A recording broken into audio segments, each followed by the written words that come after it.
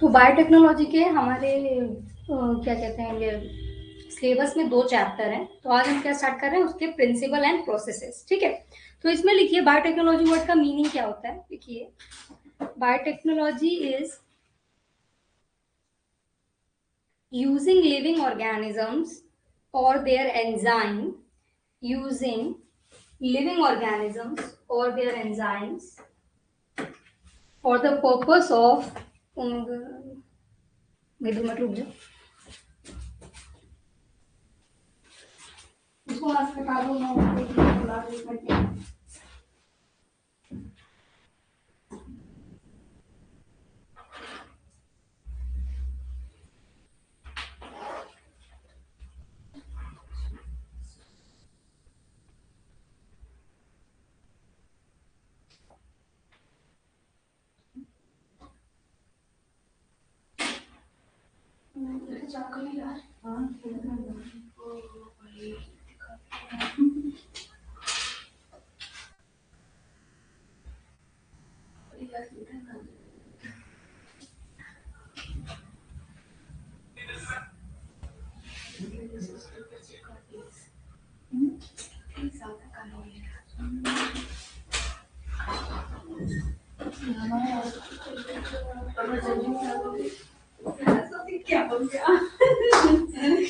Hello, ये मेरी sister है।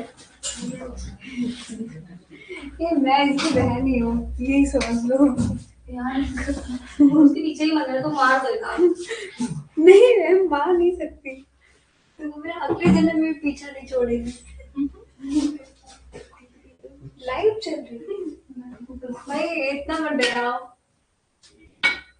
अब नीचे मत कर देना, ये कहीं चली जाए।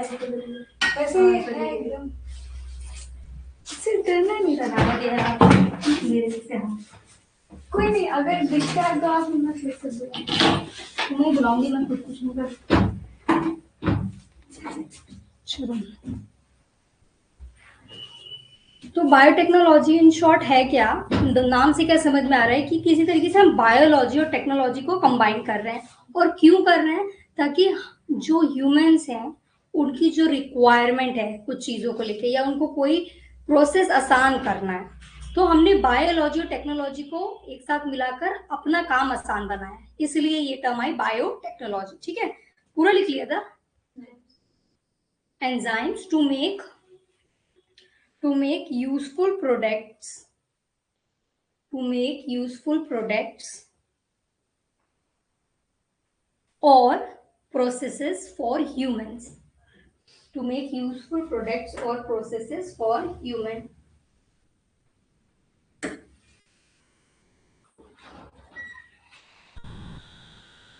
देखिए बायोटेक्नोलॉजी की हेल्प से कुछ मैं बताऊंगी क्या क्या हमने इसमें देखा कि बायोटेक्नोलॉजी की हेल्प से ग्लोइंग रैट्स क्रिएट किए गए, ऐसे रैट्स जो ग्लो करते हैं। सैलेड ट्री, मतलब अलग अलग फ्रूट एक ही ट्री में हमको मिल रहेगा। पेस्ट रेजिस्टेंट क्रॉप, ये जो होता है पेस्ट रेजिस्टेंट क्रॉप्स क्या होते हैं? ऐसे पेड़ जिसमें पेस्ट, जिसमें आपने सुना होगा ना कीड़े खा गए पेड़, खराब हो गई फसल। तो बायोटेक्नोलॉजी की हेल्प से ऐसे क्रॉप्स बनाए गए जो कि पेस्ट की वजह से डैमेज नहीं होंगे। समझ में आया? तो मैंने आपको क्या बताया, बायोटेक्नोलॉजी क्या करती है, बायोलॉजी और टेक्नोलॉजी को मिला के हमारी लाइफ हमने आसान करी है। जो हमें एंजाइम चाहिए, प्रोटीन चाहिए, कुछ रिक्वायरमेंट है तो उसे लैब में क्रिएट कर दे रहे हैं। ऐसी चीजें बना रहे हैं जो कि नॉर्मली नहीं प्रेजेंट होती। क्या normally pest resistant plant present है? नहीं, तो कीड़े खा जाते हैं। पर बायोटेक्नोलॉजी की हेल्प से साइंटिस्ट ने पेस्ट रेजिस्टेंट क्रॉप बनाया, तो फार्मर के लिए ये बेटर चीज है ना, उसके लिए हेल्पफुल है। चलिए अब लिखिए एग्जाम्पल, क्या क्या हम बायोटेक्नोलॉजी के हेल्प से क्या क्या चीजें बनती हैं। अभी हम ट्रेडिशनल वे की बात करें। लिखिए making of curd, bread, wine, beers, cheese, ये सभी चीजें बायोटेक्नोलॉजी की हेल्प से ही होती हैं। ठीक है, एटसेट्रा।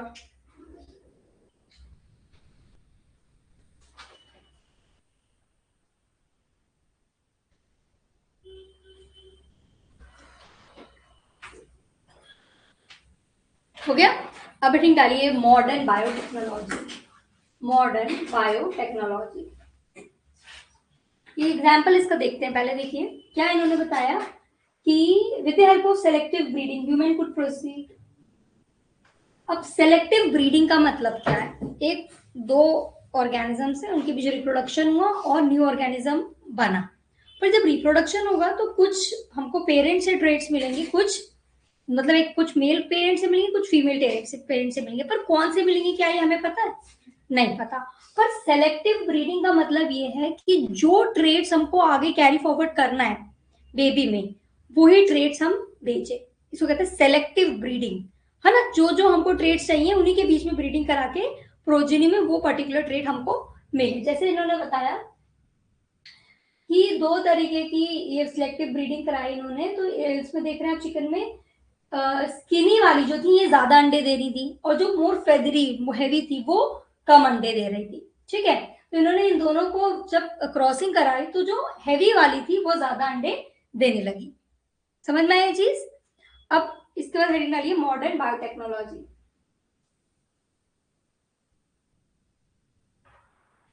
पोल्यूशन अभी हम देखेंगे, पहले मॉडर्न बायोटेक्नोलॉजी में।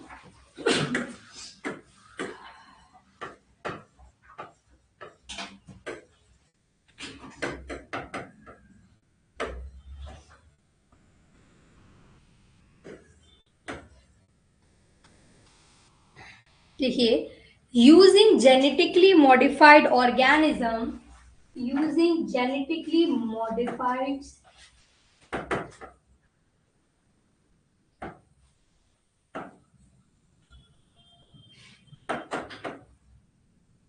organisms, using genetically modified organism, क्या कर रहे हैं ये यहाँ using genetically modified organism to produce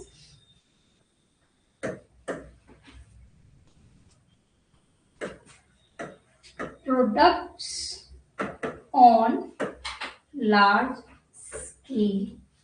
अब अभी हमें तो नहीं पता कि जेनेटिकली मॉडिफाइड ऑर्गेनिज्म क्या है ना, इसको लिखते हैं जीएमओ। ये वर्ड याद रखना, जीएमओ मतलब मॉडर्न बायोटेक्नोलॉजी में हम क्या कर रहे हैं, जेनेटिकली मॉडिफाइड ऑर्गेनिज्म को यूज कर रहे हैं वो सामान बनाने के लिए जिसकी हमें रिक्वायरमेंट है बड़े स्केल पे।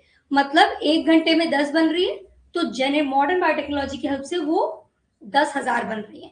समझ रहे? एक लार्ज स्केल में हमको जो चीज रिक्वायर्ड है वो हमने जेनेटिकली मॉडिफाइड ऑर्गेनिज्म की हेल्प से बनाई। अब ये जेनेटिकली मॉडिफाइड ऑर्गेनिज्म क्या होता है अभी मैं बताऊंगी, ठीक है। पर मॉडर्न टेक्नोलॉजी में क्या समझ में है हमको कि कोई चीज को अगर बड़े अमाउंट में हमें कम टाइम में प्रोड्यूस करना है तो हम मॉडर्न बायोटेक्नोलॉजी की हेल्प से ये चीज कर सकते हैं, और उसमें भी किसके हेल्प से? जीएमओ की हेल्प से। ठीक है, चलिए अब दो तरफ हेडिंग डालिए, एक तरफ ट्रेडिशनल बायोटेक्नोलॉजी, एक तरफ मॉडर्न बायोटेक्नोलॉजी। तो इनमें मैं आपको डिफरेंस बताऊंगी।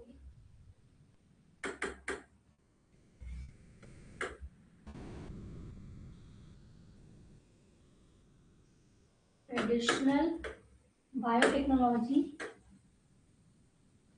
एंड मॉडर्न बायोटेक्नोलॉजी, इन दोनों में डिफरेंस क्या है? अब देखिए, दही जमाना, ब्रेड बनाना, वाइन बनाना, ये सब तो हमारे पूर्वज भी करते आ रहे हैं, है ना। ये सब उनने भी किया है। तो इन दोनों में डिफरेंस क्या? लिखिए ट्रेडिशनल वाले में यूज नेचुरली अकरिंग ऑर्गेनिज्म, बहुत इंपॉर्टेंट। अभी मैंने आपको बताया कि मॉडर्न बायोटेक्नोलॉजी में हम क्या यूज कर रहे हैं, जेनेटिकली मॉडिफाइड ऑर्गेनिज्म। मतलब ऐसा नहीं कि अगर कोई एक बैक्टीरिया तो हमने बस उसको यूज कर लिया, नहीं। अब वो जीएमओ कैसे बनता है ये कॉम्प्लेक्स प्रोसेस है, अभी हम आगे डिस्कस करेंगे। पर ट्रेडिशनल वे में वो क्या कर रहे हैं, जो बैक्टीरिया है या जो माइक्रो ऑर्गेनिज्म उसको डायरेक्टली यूज कर रहे हैं। ठीक है, तो लिखिए यूज नेचुरली और occurring organisms, use naturally occurring organism. दूसरी तरफ लिखिए ये क्या यूज कर रहा है, जेनेटिकली मॉडिफाइड ऑर्गेनिज्म। तो लिखिए जीएमओ, ये क्या यूज कर रहे हैं, जीएमओ, है ना। ट्रेडिशनल वाले में लिखिए no direct manipulation of DNA, no direct manipulation of DNA, no direct manipulation of DNA.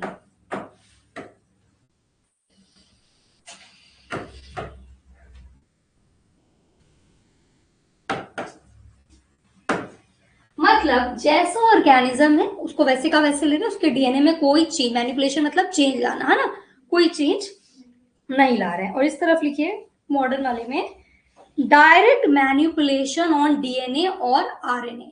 इनका जो जेनेटिक मटेरियल है, भले ही वो डीएनए है या आरएनए है, इसके अंदर क्या रहेगा, मैनिपुलेशन, तभी तो इसको जेनेटिकली मॉडिफाइड ऑर्गेनिज्म कह रहे हैं। Direct manipulation on DNA slash RNA, direct manipulation on DNA slash RNA, हो गया। ट्रेडिशनल में लिखिए based on age old practices, मतलब हमारे जो एंशियंट मतलब हमारे जो एंसिस्टर थे उनकी प्रैक्टिस पे बेसिस आज भी हम वो चीज कर रहे हैं। अब जैसे हमारी दादी ने हमारी मम्मी को दही बनाना सिखाया, वैसे ही हमने सीखा, तो ये किस पे बेस्ड रहती है, ये जो ट्रेडिशनल बायोटेक्नोलॉजी है ये एज ओल्ड प्रैक्टिसेस पे बेस्ड है, based on age old practices. और मॉडर्न लिखिए based on scientific and molecular techniques, based on scientific and molecular techniques.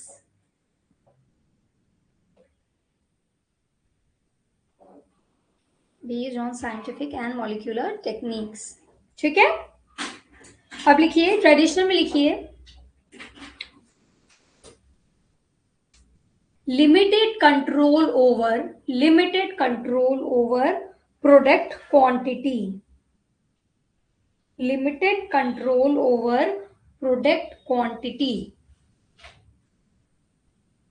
and quality, limited control over product quantity and quality. ये line समझ में आई आपको कि समझ लो, हम क्योंकि जो एग्जांपल लेके चल रहे हैं वही मैं बता रही हूँ। अब मुझे 1 लीटर दूध की दही जमानी है तो दैट आई कैन डू, पर अगर कोई मुझसे कह दे कि मुझे 10 लीटर दूध की दही जमानी है, तो घर में ये टफ है, ट्रेडिशनल वे से टफ है कि नहीं, तो 10,000 तो फिर भी कम है। मार्केट्स में हर रोज कितनी कितनी दही बन रही है, तो वो ऐसे तो नहीं जम रही होगी, है ना, वो तो मॉडर्न टेक्निक से जम रही है। तो इसमें और कई बार आपने देखा ना दही जमाते पर वो जमती भी नहीं है, कुछ इशू आ सकता है। तो क्वांटिटी और क्वालिटी पे हमारा कंट्रोल नहीं है, बहुत कम कंट्रोल है, हमने कर दिया, हो तो हो, नहीं हो तो नहीं हो। ट्रेडिशनल वे में ये इशू आ सकता है। अब मॉडर्न में लिखिए high precision, high precision, high precision, high precision and control. Modern technique के हेल्प से जो हम प्रोडक्ट बनाना चाह रहे हैं, चांसेस बहुत ज्यादा होते हैं कि वो वही प्रोडक्ट बन के आए। ठीक है, लिखिए ट्रेडिशनल वे में लिखिए स्मॉल स्केल प्रोडक्शन, मतलब हम कम अमाउंट में चीजें ट्रेडिशनल वे से बना सकते हैं, small scale production. And modern में लिखिए large scale production.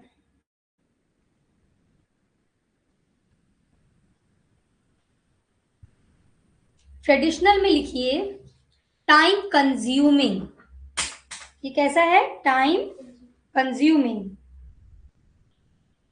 And modern में लिखिए fast and efficient, fast and efficient.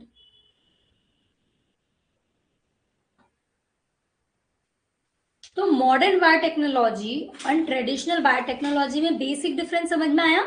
Modern जो है वो साइंटिफिक एंड मॉलिक्यूलर टेक्निक्स पे बेस्ड है ना, तो ऑब्वियसली ये ज्यादा अमाउंट में चीजें प्रोड्यूस कर सकता है, ज्यादा एक्यूरेट रहेगा, टाइम कम लेगा। और जो हमारा ट्रेडिशनल वे है वो कैसा है, टाइम कंज्यूमिंग है, एंशिएंट प्रैक्टिसेस पे बेस्ड है, क्वांटिटी जो है वो लिमिटेड है, हम स्मॉल अमाउंट में ही बना सकते हैं, प्रिसीजन कम है, मतलब क्वालिटी डिफर कर सकती है। तो बेसिक डिफरेंस समझ में आया दोनों में। चलिए ट्रेडिशनल का एग्जांपल लिख लीजिए, curd formation, bread making, curd formation, bread making,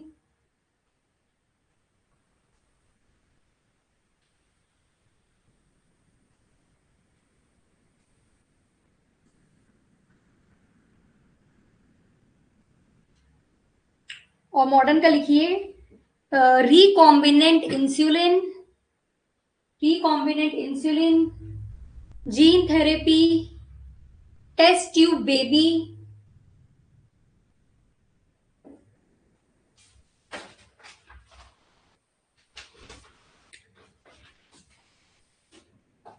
DNA vaccines etcetera. तो आपको अभी समझ में एग्जाम्पल से किस तरीके से मॉडर्न टेक्नोलॉजी हेल्प करती है हमको। आपने देखा है कि जिनको डायबिटीज रहता है उनको कई बार इंसुलिन इंजेक्ट किया जाता है, तो वो इंसुलिन कैसे बन रही है? Through these techniques only. ठीक है, चलो ये इवोल्यूशन अभी हम थोड़ी देर में पढ़ेंगे, थियोरेटिकल है। हाँ, इस पे आते हैं। हाँ, हेडिंग डालिए। एक छोटा सा टॉपिक और है, 12th बोर्ड में अगर आ जाए तो लिखिए Europe, Europe federation, FEDERATION, Europe federation of biotechnology, Europe federation of biotechnology. अब यूरोप फेडरेशन ऑफ बायोटेक्नोलॉजी के हिसाब से बायोटेक्नोलॉजी क्या है, इसके ब्रैकेट में लिखिए EFB, EFB। इसके अकॉर्डिंग बायोटेक्नोलॉजी की डेफिनेशन है, biotechnology is integration of, biotechnology is integration of, integration मतलब सम टोटल, क्या क्या चीजें इसमें है ना।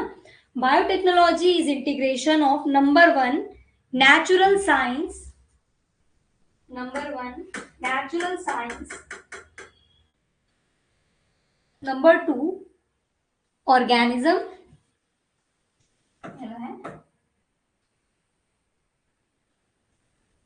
ऑर्गेनिज्म स्लैश करके लिखो सेल, स्लैश करके लिखो सेल प्रोडक्ट, ऑर्गेनिज्म सेल या सेल पार्ट, लिख लिया। थर्ड लिखिए molecular analogs, moleculars ANALOUGS, analogs. Analogs का मतलब क्या होता है? कोई चीज जो शायद एक चीज के तरह दिखती हो या उसके तरह काम करती हो, हम कहते हैं ना एनालॉगस, या कोई चीज जो एक जैसी दिखती हो या एक जैसा काम करती हो। तो ये इन्होंने बताया यूरोपियन फेडरेशन ऑफ बायोटेक्नोलॉजी ने कि biotechnology is integration of natural science, cell, cell part या फिर organism, molecular analogs to produce products and services, to produce products and services.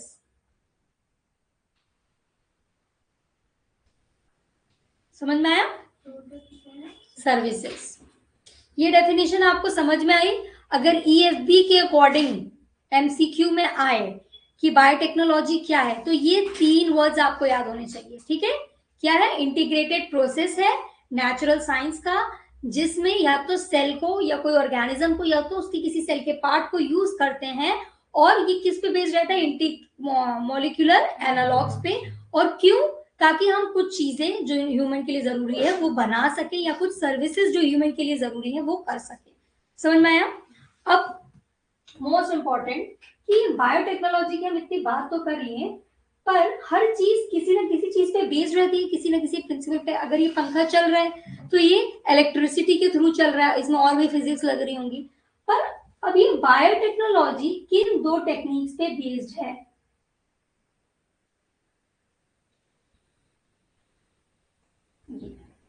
लिखिए बायोटेक्नोलॉजी किन 2 टेक्निक्स पे बेस्ड है, तो लिखिए प्रिंसिपल्स ऑफ बायोटेक्नोलॉजी, या ये modern biotechnology, principles of modern biotechnology.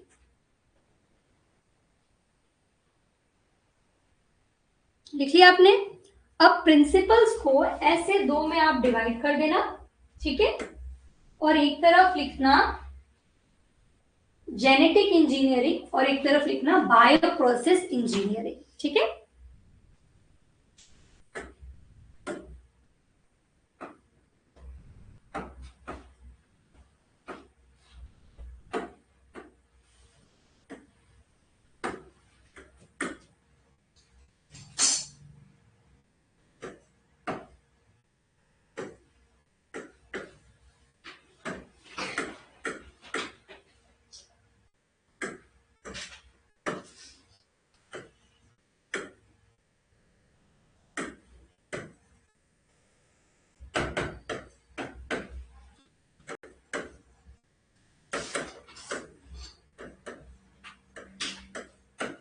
ठीक है, तो अगर आपसे बहुत इंपॉर्टेंट क्वेश्चन है, इसका स्टार बना लेना, पूछे प्रिंसिपल्स ऑफ मॉडर्न बायोटेक्नोलॉजी क्या है, तो आप क्या कहोगे? And bioprocess engineering. ठीक है, तो ये दो कोर टेक्निक है जिसपे बायोटेक्नोलॉजी चलती है। अगर प्रिंसिपल पूछे या टेक्निक पूछे तो आपको ये बताना है। एक तरफ लिखिए जेनेटिक इंजीनियरिंग, उसके नीचे लिखिए जेनेटिक इंजीनियरिंग क्या करता है? It is a technique to alter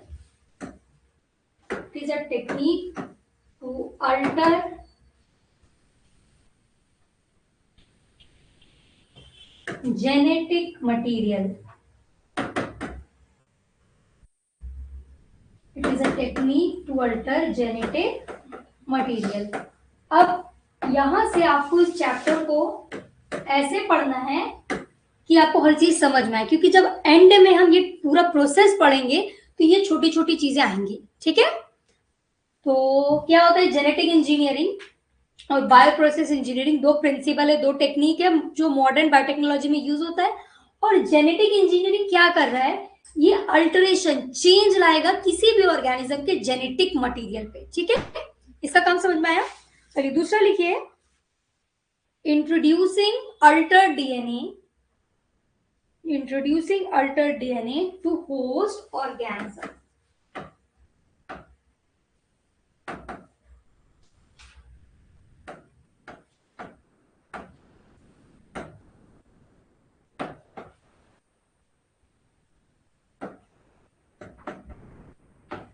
genetic engineering में सबसे पहले तो हम जेनेटिक मटेरियल चेंज कर रहे हैं और उसको चेंज करके किस में डालेंगे? होस्ट ऑर्गेनिज्म में। ठीक है, थर्ड लिखिए, अब जब ये होस्ट ऑर्गेनिज्म में डालेंगे तो it results in change in phenotype of organism, change in phenotype of organism। कौन सा ऑर्गेनिज्म? होस्ट। अब अभी आपको नहीं पता शायद ये चीजें कि होस्ट क्या मैं बोलना चाह रही हूँ, समझ में आ रहा है आपको ये चीज? जब अभी हम पूरे प्रोसेस पढ़ेंगे तो ये चीज समझ में आएगी। ठीक है, पर फिनोटाइप वर्ड सुना हुआ है? क्या होता है फिनोटाइप? ऐसे ट्रेट्स या ऐसे कैरेक्टर जो हमको विजिबल होते हैं ना। तो इन शॉर्ट एक लेमैन लैंग्वेज में आपको मैं समझा रही, क्योंकि अभी हमने पूरा प्रोसेस तो समझा नहीं है, पर कि आपको ये समझ में आ जाए कि जेनेटिक इंजीनियरिंग में होता क्या है। तो समझो कि एक मेरे पास कोई चीज है, मैंने उसको चेंज किया और डाल दिया एक ऑर्गेनिज्म के अंदर। अब जब कोई प्रोटीन है, अब एक प्रोटीन था जो बना रहा था स्ट्रेट हेयर, और मैंने उसको डीएनए लेवल पे चेंज कर दिया। अब उसका अंदर तो स्ट्रेट हेयर की प्रोटीन थी, पर मैंने उसे चेंज कर दिया, तो अब वही ऑर्गेनिज्म जिसको स्ट्रेट हेयर बनाना चाहिए था वो क्या बना रहा है? Curly hairs. तो इस लेवल पे ये जेनेटिक मटेरियल को चेंज करते हैं कि होस्ट का फिनोटाइप चेंज हो जाता है। ठीक है, अभी समझ में आया थोड़ा बहुत कि जब आप किसी भी चीज का जेनेटिक मटेरियल चेंज कर दोगे तो फिर वो आगे तो चेंज हो जाएगा ना खुद ही से, क्योंकि genetic material DNA RNA convert हो जाता है अल्टीमेटली प्रोटीन में, है ना, और वो प्रोटीन हमारी बॉडी में बनाती है। तो जब आपका जेनेटिक मटेरियल ही चेंज हो गया तो प्रोटीन चेंज हो गया, प्रोटीन चेंज हो गया तो ऑब्जर्वेबल कैरेक्टर्स भी चेंज हो जाएंगे। तो ये लेमैन लैंग्वेज है एक्चुअली, अभी मैं डिटेल में इसको नहीं समझाई, पर क्या आपको समझना जेनेटिक इंजीनियरिंग के अंदर क्या हो रहा है ना? ये जो ऑर्गेनिज्म जेनेटिक मटेरियल चेंज कर रहे हैं और इस तरीके से वो ऑर्गेनिज्म का फिनोटाइप ही चेंज हो जा रहा है। समझ में आया? ये किसका प्रिंसिपल या किस टेक्निक में यूज होता है? अब दूसरा है बायोप्रोसेस इंजीनियरिंग। इसके अंदर लिखिए क्या होता है बायोप्रोसेस इंजीनियरिंग।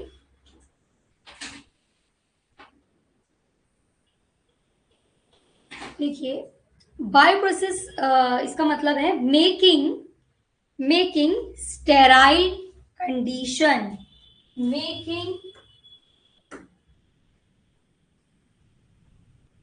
Sterile condition. क्या आप लोगों को स्टेराइल का मतलब पता है? स्टेराइल क्या होता है? नहीं, वो अलग है, एक चीज का बहुत सारा मतलब हो सकता है। स्टेराइल का मतलब कोई चीज जो कंटेमिनेशन फ्री हो, साफ सुथरी हो, प्योर हो, है ना। स्टेराइल मतलब कोई चीज जिसमें कोई और कंटेमिनेशन नहीं। तो बायो प्रोसेस क्या करता है? It makes condition sterile. तो ब्रैकेट में लिख दो कंटेमिनेशन फ्री, कंटेमिनेशन फ्री।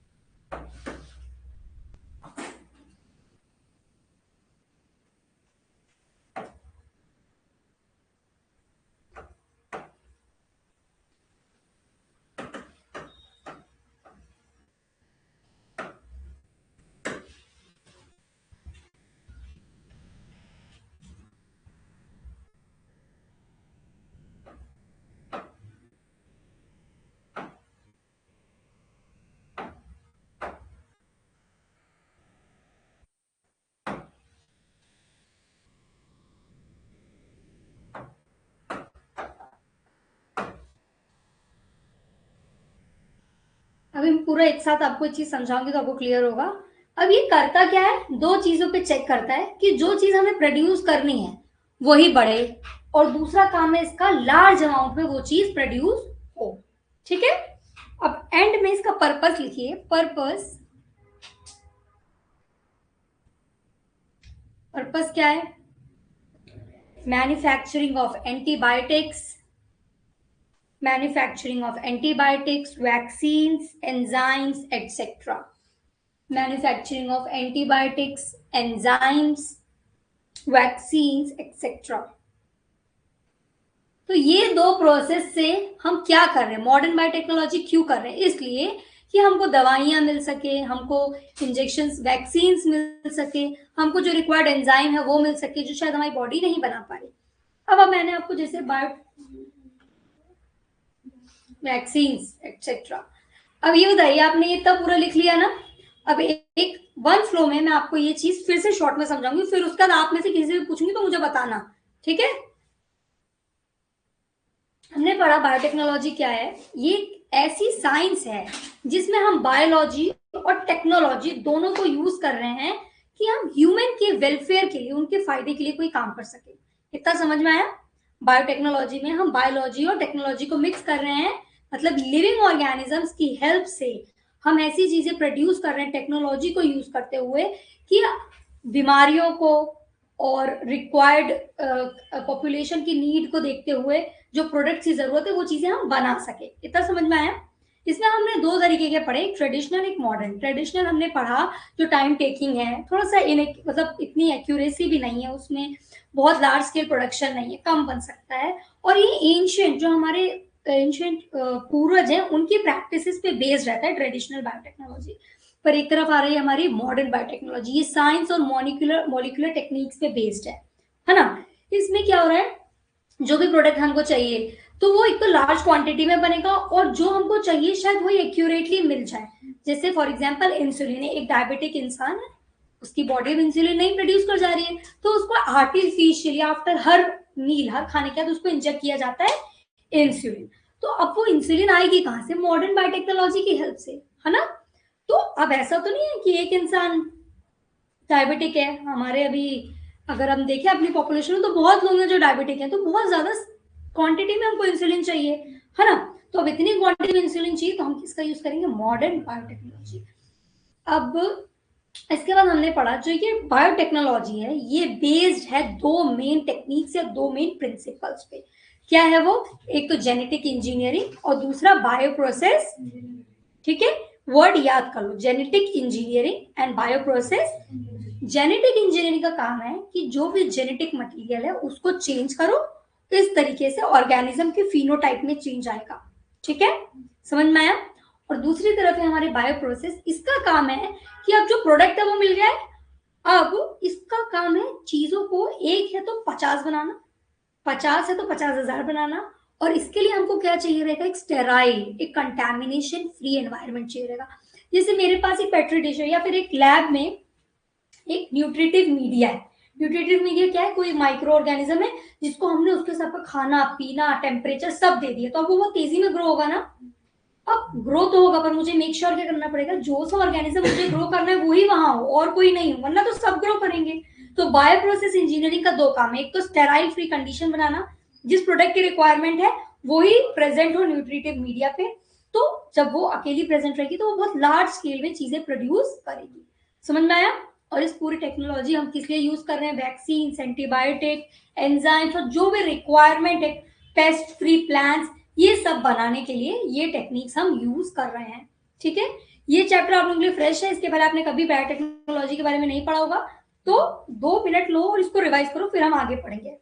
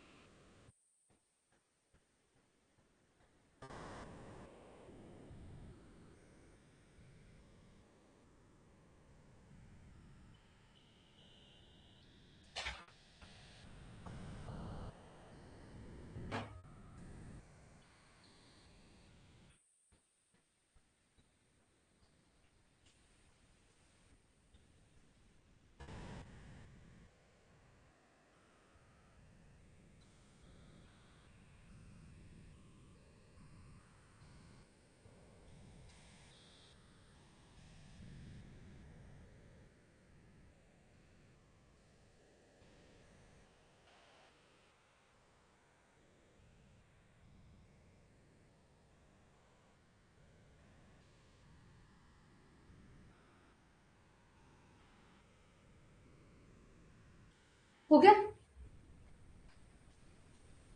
याद हो चाहे नहीं हो, पर समझ आ गया ना? अब ये तो इम्पोर्टेंट नहीं है, पर क्योंकि इस इवोल्यूशन में हम एंटीबायोटिक्स, वैक्सीन, इन सब का के बारे में पढ़ेंगे, तो मैं आपको एक बार रफली बता रही हूँ, आप ईयर्स लिखते जाना और क्या हुआ ये देखना, ठीक है? चलो अभी तक देखो बोर्ड पे किस तरीके से बायोटेक्नोलॉजी इवॉल्व हुई। हमने बात करी ट्रेडिशनल बायोटेक्नोलॉजी भी थी, अब मॉडर्न टेक्नोलॉजी, ट्रेडिशनल से मॉडर्न तक का ये सफर, इसमें क्या क्या हुआ इस टाइम में, ये हम पढ़ेंगे। अब सबसे पहले अगर हम आज से 10,000 साल पहले देखें तो लोग क्या कर रहे थे, ऐसे दो एनिमल्स में ब्रीडिंग करा रहे थे कि दोनों में जो डिजायर्ड चीज है, उनको जो चीज चाहिए, जैसे आपने सुना होगा, एग्जैक्ट मुझे तो नहीं याद है, पर ये जो ऐसी वाली काऊ रहती है, ये बहुत ज्यादा मिल्क प्रोड्यूस करती है ना? अब ये बोलना चाह रहे थे कि 10,000 पहले लोग क्या करते थे, किस तरीके से बायोटेक्नोलॉजी का यूज कर रहे थे, जो चीज उनको जरूरत रहती थी उन दो एनिमल्स की ब्रीडिंग कराते थे, तो उनको अल्टीमेटली उनके जो ऑफस्प्रिंग होते थे उसमें वो प्रोडक्ट मिल जाता था। ये 10,000 साल पहले की बात कर रहे हैं, वो उसका एग्जाम्पल मैंने आपको दे दिया, ठीक है? वो जीनोम से को देख के समझ में, एक जीनोम में जिसमें स्किनी है, ज्यादा एग देने वाली है, और एक में है जिसमें हैफ्टी है। अब वो दोनों ही जीन प्रेजेंट है ऑफस्प्रिंग में, ठीक है? अब दूसरी बात, तो इसमें ये लिखो इवोल्यूशन ऑफ बायोटेक्नोलॉजी, हेडिंग डालिए।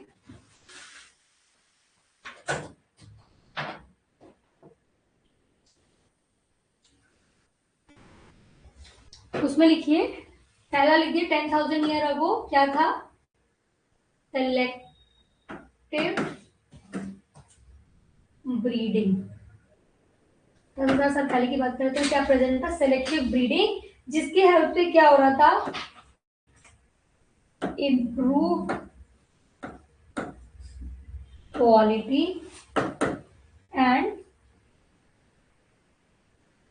Gate desired traits, get desired traits। Example लिखिएगा और डिजीज रेजिस्टेंट ब्रीड। समझ में आया? ये वाला समझ में आ गया? अरे हाँ या ना तो बोलो, समझ में आया? चलो, वो गेट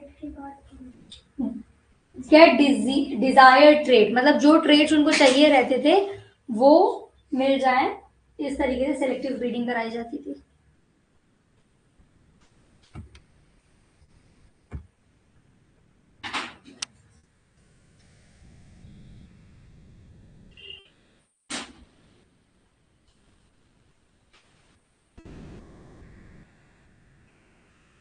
चले, हो गया?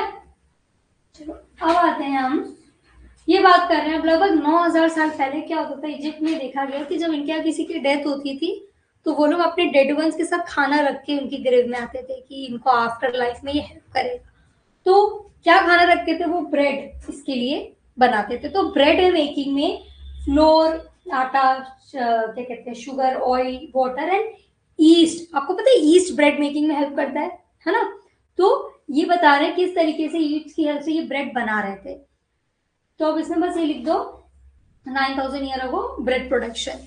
ये टेक्नोलॉजी यूज हुई थी किसके बेस पर, ट्रेडिशनल बायोटेक्नोलॉजी।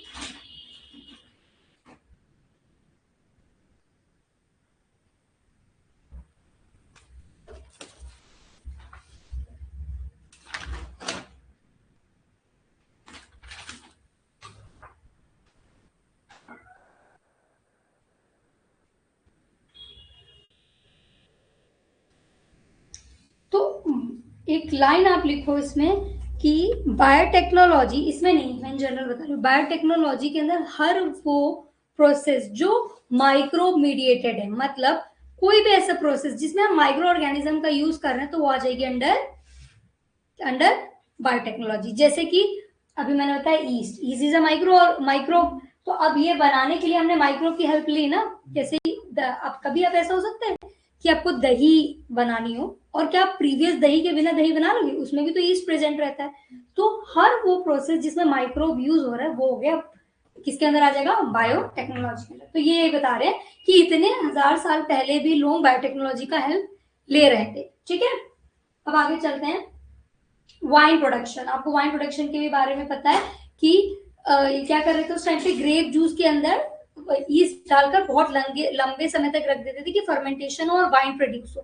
तो ये आपको ये बता रहे किस किस तरीके से पहले के लोग भी बायोटेक्नोलॉजी का यूज कर रहे थे। ठीक है, ये आगे चलते हैं। इसके बाद अब ये आया मोस्ट इंपॉर्टेंट, 18 सेंचुरी में क्या बोली कि 18 सेंचुरी में हुआ वैक्सीन प्रोडक्शन।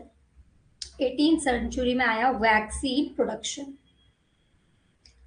अब वैक्सीन किसने सबसे पहले प्रोड्यूस किया? एडवर्ड जेनर ने। देखिए, एडवर्ड जेनर ने प्रोड्यूस किया, एडवर्ड जेनर।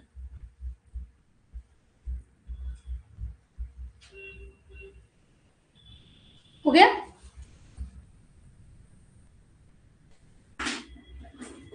चले आगे।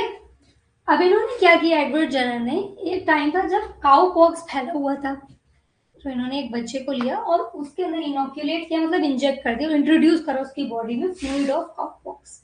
ठीक है, एक बच्चा है जिसको नहीं हुआ है काउ पॉक्स पर उस जगह पे फैला हुआ है, तो उन्होंने उसको काउ पॉक्स का फ्लूइड उसकी बॉडी में इंट्रोड्यूस कर दिया, इनोक्यूलेट कर दिया। अब क्या हुआ, इस बच्चे को थोड़ा फीवर आया, तेज नहीं माइल्ड फीवर आया, और उसके बाद धीरे धीरे वो बच्चा ठीक हो गया। मतलब जितना ज्यादा डिस्ट्रक्शन काउ पॉक्स बचाता है उतना ज्यादा डिस्ट्रक्शन नहीं हुआ। उसके बाद इन्होंने देखा कि ये बच्चा काउ पॉक्स से फ्री हो गया, अब इसको काउ पॉक्स नहीं होगा।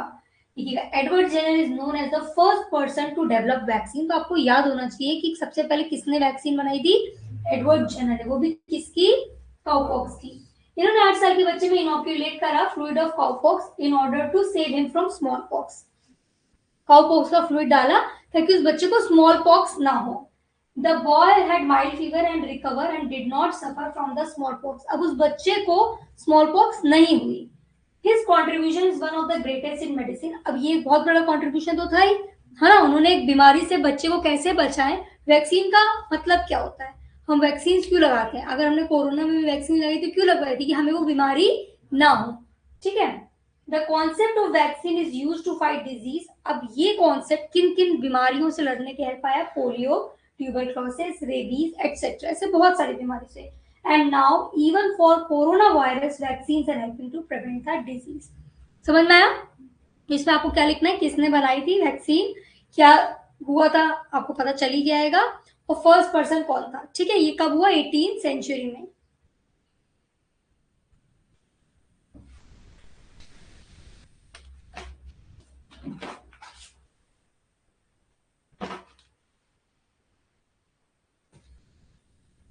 चले आगे।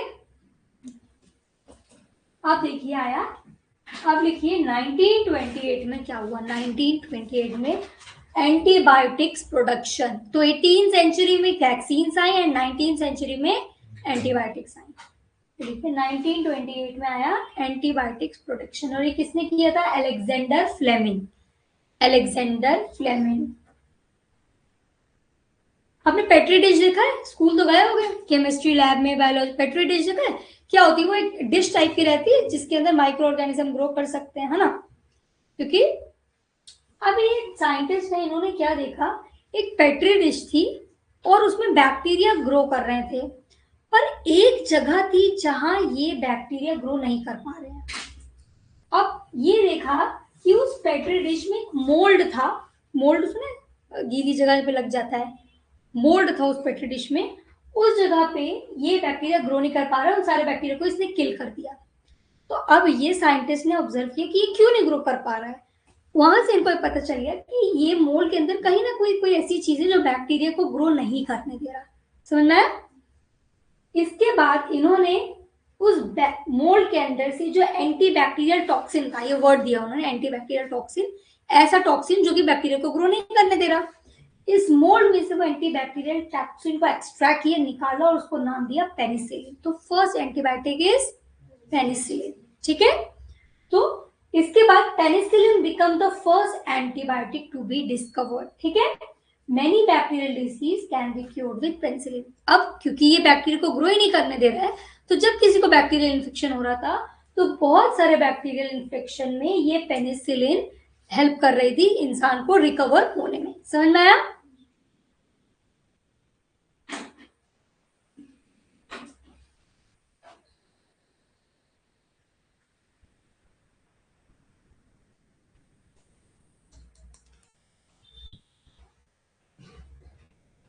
हो गया। तो 18th सेंचुरी 19th सेंचुरी क्यों इंपॉर्टेंट है, समझ में आ गया ना। वैक्सीन किसने डिस्कवर की थी,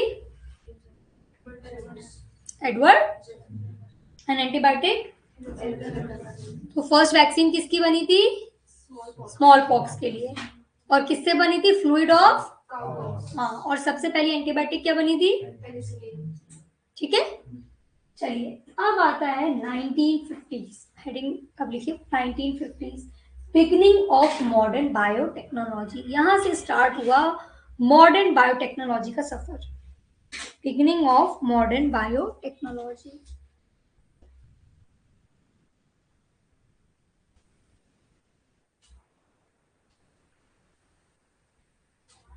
चले, हो गया। लिखिए अब देखिएगा, पहले हम इसको एक बार रीड करेंगे, समझिएगा, फिर जो इंपॉर्टेंट है वो लिखूंगी। The 1950s makes the beginning of new era of biotechnology. किस कौन सा एरा, मॉडर्न बायोटेक्नोलॉजी का era. By 1953, DNA structure was solved and it was shown that DNA is a genetic material of most of the organism. 1953 तक ये समझ में आ गया था साइंटिस्ट को कि डीएनए ज्यादातर ऑर्गेनिज्म का जेनेटिक मटेरियल है ना। ज्यादातर में जेनेटिक मटेरियल क्या है, आरएनए किसका होता है, वायरसेस का, है ना। वायरस में क्या रहता है, आरएनए, और कुछ में भी डीएनए भी होता है। तो इन्होंने देखा ज्यादातर ऑर्गेनिज्म में तो जेनेटिक मटेरियल क्या है, डीएनए। और डीएनए का स्ट्रक्चर इस टाइम तक रिजॉल्व हो गया था, समझ गए थे साइंटिस्ट ने, उसके बाद स्टडी कर ली थी।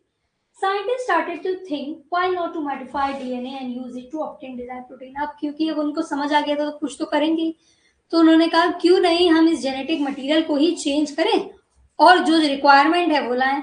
जैसे अगर मुझे चाहिए एक लंबी लड़की तो मैं उसके जेनेटिक मटेरियल में चेंज लाऊं, अगर मुझे चाहिए जो भी डिजायर्ड है, जो भी हमें डिजायर्ड चाहिए जो चीजें, हम जेनेटिक मटेरियल को चेंज करके, एक सेल है उससे मुझे इंसुलिन प्रोड्यूस करवानी तो मैं उसमें चेंज ला करके इंसुलिन प्रोड्यूस करा रही हूँ। तो इन्होंने क्या किया मॉडर्न बायोटेक्नोलॉजी में, जैसे हमने लिख लिया जेनेटिक इंजीनियरिंग में मॉडिफिकेशन ऑफ जेनेटिक मटेरियल, ठीक है। The technique of modern biotechnology allows to introduce only a set of desired, इन्होंने कहा मॉडर्न टेक्नोलॉजी की हेल्प से फायदा ये हो रहा था कि हम किसी ऑर्गेनिज्म में कोई कैरेक्टर्स, कोई ट्रेड्स चाह रहे हैं तो हमें सिर्फ वही मिले और अनडिजायरेबल ट्रेड्स ना आए। पर ट्रेडिशनल वे से तो जब क्रॉसिंग ब्रीडिंग करा रहे थे तो डिजायरेबल के साथ अनडिजायरेबल ट्रेड्स भी आ रहे थे। पर मॉडर्न टेक्नोलॉजी में भी ये डिफरेंस है कि सिर्फ डिजायरेबल ट्रेड्स कैरी फॉरवर्ड हो रहे हैं या प्रोड्यूस हो रहे हैं। समझ में आया।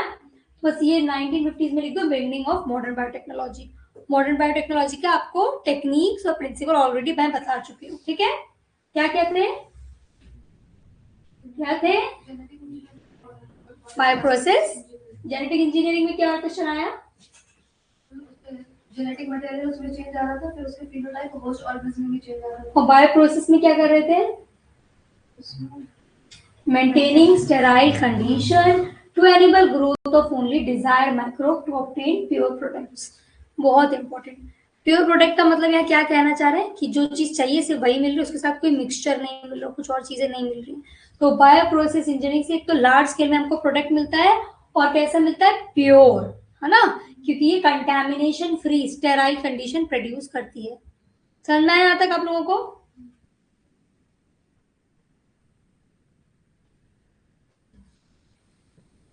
ये मैं कहा चुकी हूँ EFB के अकॉर्डिंग, ठीक है। बताओ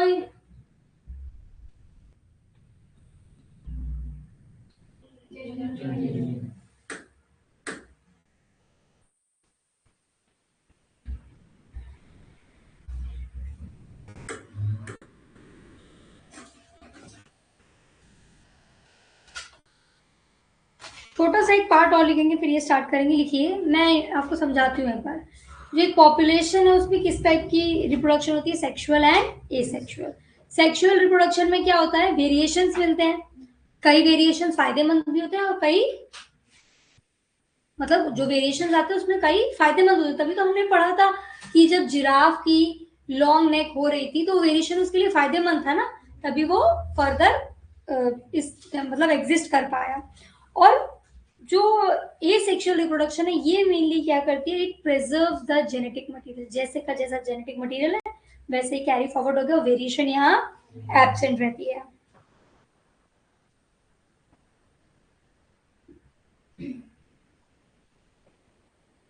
अच्छा, अब लिखो advantage of genetic engineering, advantage of genetic engineering.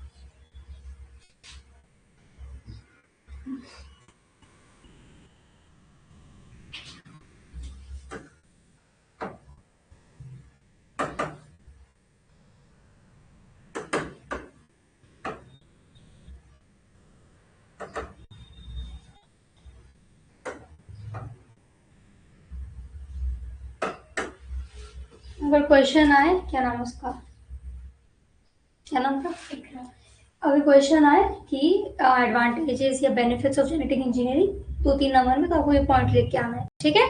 क्या क्या करा रहा है, रिकॉम्बिनेंट डीएनए, रिकॉम्बिनेंट डीएनए को हम शॉर्ट में लिखते हैं आरडीएनए, ये याद रखना, आरडीएनए, ठीक है, रिकॉम्बिनेंट डीएनए। अब ये याद रखना ताकि अब मैं यही सब टर्म्स यूज करूंगी, पूरा पूरा नहीं लिखूंगी। आरडीएनए बनाने में हेल्प करते हैं जेनेटिक इंजीनियरिंग। जीन क्लोनिंग मतलब एक जीन है उसके जैसी सेम जीन बनाने में हेल्प करता है जेनेटिक इंजीनियरिंग। जीन ट्रांसफर, एक जीन दूसरे ऑर्गेनिज्म में ट्रांसफर करना है तो कौन कर रहा है, जेनेटिक इंजीनियरिंग। क्या एनेबल करता है, ट्रांसफर ऑफ डिजायरेबल प्रोडक्ट, जो चीज हमें कैरी फॉरवर्ड करनी है उसको आगे फॉरवर्ड करने में हेल्प करता है जेनेटिक इंजीनियरिंग। जो चीजें नहीं कैरी फॉरवर्ड करनी है उसको रोकने में, एलिमिनेट करने में हेल्प करती है जेनेटिक इंजीनियरिंग।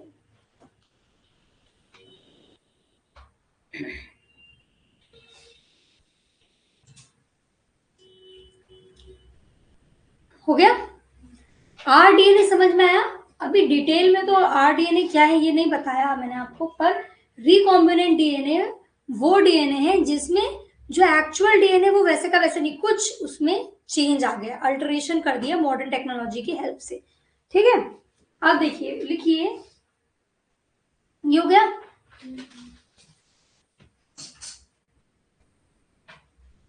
देखो,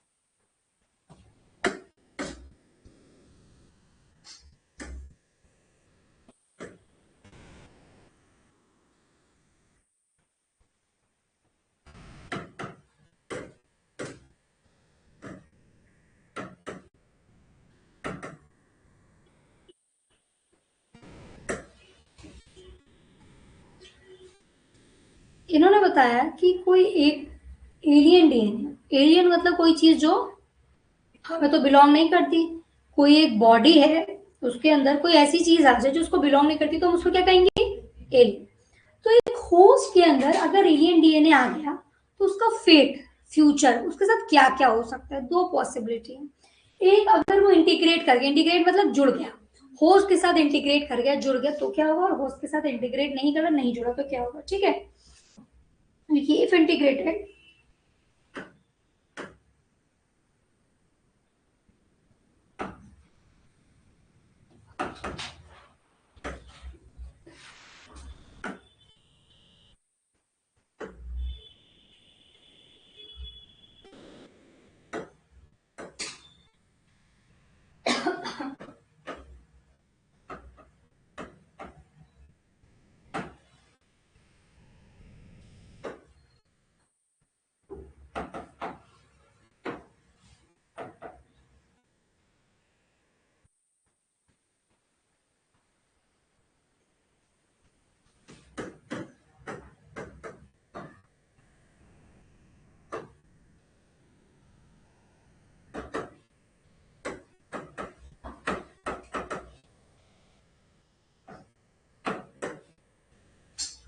अगर कोई फॉरेन चीज है, अब जैसे मैं आपको क्या बताऊं, जैसे आपने सुना है कि मॉस्किटो के अंदर जब उनको मलेरिया होता है तो फीमेल एनोफिलीज मॉस्किटो के अंदर जो वेक्टर रहता है वो एज अ वेक्टर काम करती है। तो जो उसको ऑर्गेनिज्म रहता है वो हमारी बॉडी में आता है, फिर मल्टीप्लाई होता है, रिप्रोड्यूस होता है और फिर हम बीमार पड़ते हैं।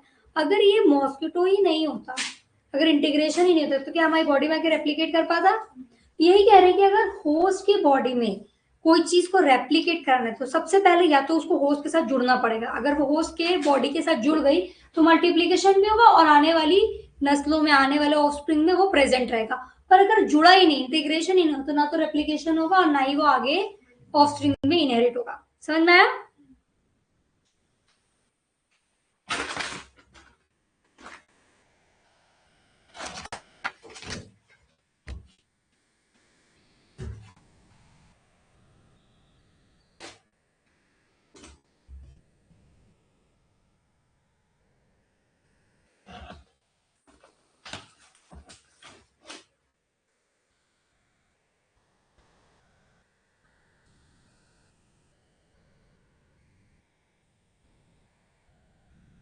अब लिखिए RDNA, रिकॉम्बिनेंट डीएनए टेक्नोलॉजी।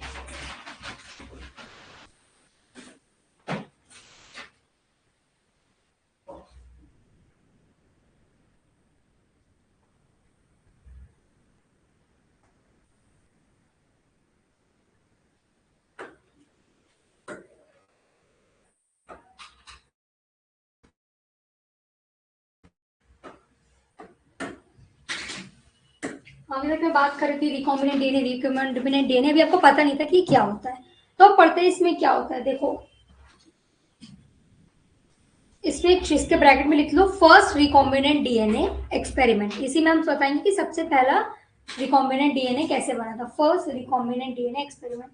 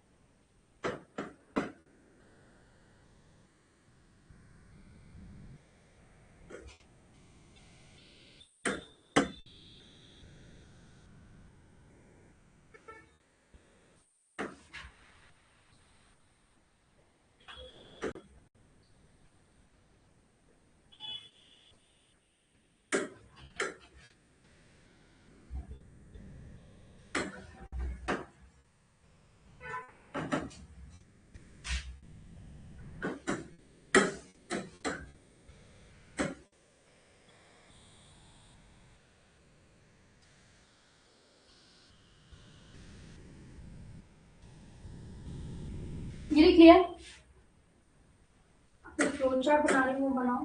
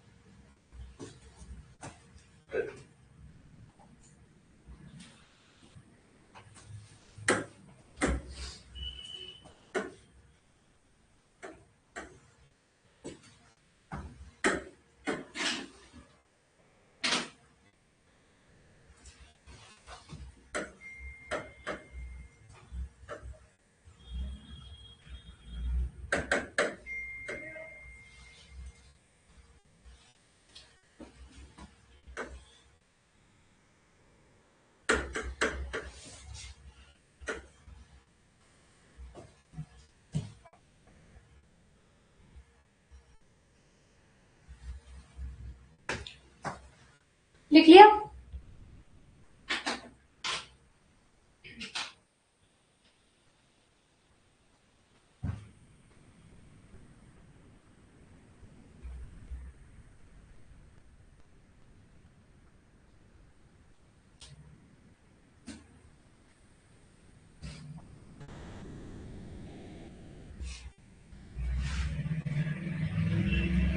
हो गया? अब सुनिए, क्या ये बोलना चाह रहे हैं कि रिकॉम्बिनेंट डीएनए कैसे बना रहे हैं और कैसे ये टेक्नोलॉजी हमें हेल्प कर रही है कोई प्रोडक्ट बना रही है। सबसे पहले प्लाज्मिड लिया। प्लाज्मिड किसको याद है? सेल चैप्टर किसने पढ़ा था? प्लाज्मिड क्या होता है बताओ? अगर ये नहीं पता, हम नीट देने जा रहे हैं। क्या होता है प्लाज्मिड? प्लीज बोलो जो भी पता है।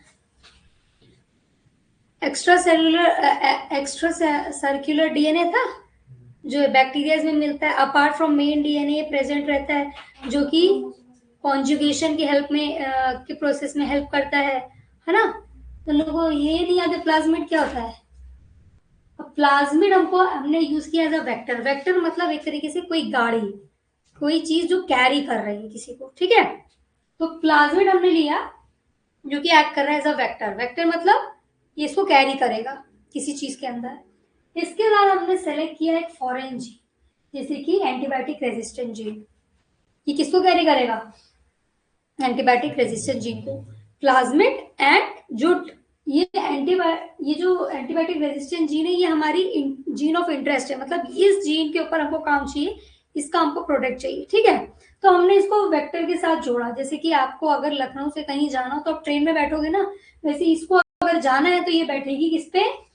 वेक्टर पे। कौन सा वेक्टर? प्लाज्मिड, ठीक है? अब ये प्लाज्मिड जो है ये हमने किससे लाया? मैंने लिखा था ना, लिखा तो था। ये प्लाज्मिड का सोर्स क्या है? सैल्मोनेला टाइफीम्यूरियम। मतलब प्लाज्मिड किसका? हम सैल्मोनेला टाइफीम्यूरियम की बात कर रहे हैं, इसका प्लाज्मिड हमने लिया है इस एक्सपेरिमेंट में। ये फर्स्ट एक्सपेरिमेंट की बात कर रही हूँ, ठीक है? नहीं समझ में आ रहा? मैं फिर से एक्सप्लेन कर दूंगी। अभी समझ में आ रहा है कि नहीं आ रहा? है ना? हमने प्लाज्मिड लिया किससे? सैल्मोनेला टाइफीम्यूरियम का प्लाज्मिड लिया, और उसके ऊपर जो हमारी जीन ऑफ इंटरेस्ट, जिस जीन के लिए हम इंटरेस्टेड थे, उसको कैरी करवाया। अब क्या करा? Cutting DNA. अब किसी दो चीज को जोड़ना है तो पहले तो अगर मुझे एक पेपर है उसको दूसरे पेपर से जोड़ना है तो मैं मेक श्योर करूंगी जहां से वो जुड़े वो दोनों प्लेन सेम होने चाहिए। अगर एक ऐसे कटा है और एक सर्कल कटा है, क्या वो जुड़ेंगे? नहीं।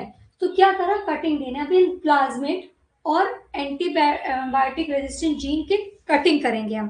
कटिंग करेंगे किससे हेल्प से? Restriction enzyme. तो आज आपको ये याद हो जाना चाहिए कि एक्चुअल में मॉलिक्यूलर सीजर कहते हैं इसको। तो सीजर कटिंग का काम कौन करता है? Restriction enzyme. अगर क्वेश्चन आए, अभी इसको मैं डिटेल में और पढ़ाऊंगी, 5-5 नंबर के हिसाब से पढ़ाऊंगी ये क्या है, पर अभी फ्लो चार्ट तो समझ लें। तो कटिंग का काम कौन कर रहा है? Restriction enzyme. कोई भी दो चीज हमको अगर जोड़नी है तो उनके एंड सेम होने चाहिए, ऐसे कि वो अटैच हो सके, और उस कटिंग के लिए हम यूज करते हैं जो सीजर, वो है रिस्ट्रिक्शन एंजाइम। अगर क्वेश्चन आए व्हाट इज मॉलिक्यूलर सीजर्स, तो आप क्या कहोगे? मॉलिक्यूल्स को कट करने वाली सीजर कौन है? अब कटिंग हो गई, अब जोड़ना है। लाइगेशन मतलब जोड़ना of antibiotic resistant gene and plasmid, इन दोनों के डीएनए को जोड़ना है। जोड़ने के लिए फेविकॉल चाहिए रहता है, तो एक एंजाइम जो जोड़ने में काम आएगा उसको कहते हैं डीएनए लाइगेज एंजाइम, ठीक है? कटिंग कौन कर रहा है? एंड स्टिकिंग या फेविकॉल का काम कौन कर रहा है? फिर जब ये चिपक गए, अब इनको होस्ट में इंट्रोड्यूस करेंगे, क्योंकि वहीं जाकर तो ये ग्रो करेगा, मल्टीप्लाई करेगा। अभी तो हमने रिकॉम्बिनेंट वो बनाया, इन दोनों को जीन करके रिकॉम्बिनेंट डीएनए बनाया, है ना? अब इसको हम होस्ट में डालेंगे ताकि होस्ट में जाके ये रेप्लिकेट करे और एक जनरेशन से दूसरे जनरेशन में जाए। समझ में आया कि पहले जो हमको प्रोडक्ट बनाना था उसको यहां तक बनाया, इसके बाद होस्ट की बॉडी में डाला। जब होस्ट में डालते हैं तो दो चीजें होती हैं, या तो इंटीग्रेशन या नॉन इंटीग्रेशन। इंटीग्रेट हुई तो रेप्लिकेट होगी और आगे कैरी फॉरवर्ड होगी, और अगर इंटीग्रेट नहीं हुई तो वो रेप्लिकेट भी नहीं होगी और कैरी फॉरवर्ड भी नहीं होगी। तो ये था फर्स्ट एक्सपेरिमेंट। इसका थ्योरी देख लेते हैं। देखिए, रिकॉम्बिनेंट डीएनए टेक्नोलॉजी। अब आरडीएनए समझ में आया ना क्या है? Recombinant DNA technology is used to introduce desired DNA sequence in an organism, एक ऑर्गेनिज्म में हमें कोई ऐसी चीज डालनी है जिसकी हमें डिजायर है, जिसकी हमें, जो हमें प्रोड्यूस कराना है, वो प्रोडक्ट किसी ऑर्गेनिज्म में डालना, किसमें, होस्ट में डालना, इसको कहते हैं रिकॉम्बिनेंट डीएनए टेक्नोलॉजी। ठीक है। Generations of recombinant DNA involve gene cloning and gene transfer. इसमें क्या करा रहे हैं, जीन क्लोनिंग मतलब एक जैसी जीन प्रोड्यूस करा रहे हैं और जीन को ट्रांसफर करा रहे हैं एक ऑर्गेनिज्म से दूसरे ऑर्गेनिज्म में। Demonstration of recombinant DNA technology was first done by, very important, recombinant DNA technology को किसने डिस्कवर किया था, Stanley Cohen and Herbert Boyer ने 1972 में। तो आरडीएनए टेक्नोलॉजी 1972 में सबसे पहले आई थी और Stanley Cohen and Herbert Boyer ने इसे किया था। टाइम दूंगी तो लिख लेना, ठीक है।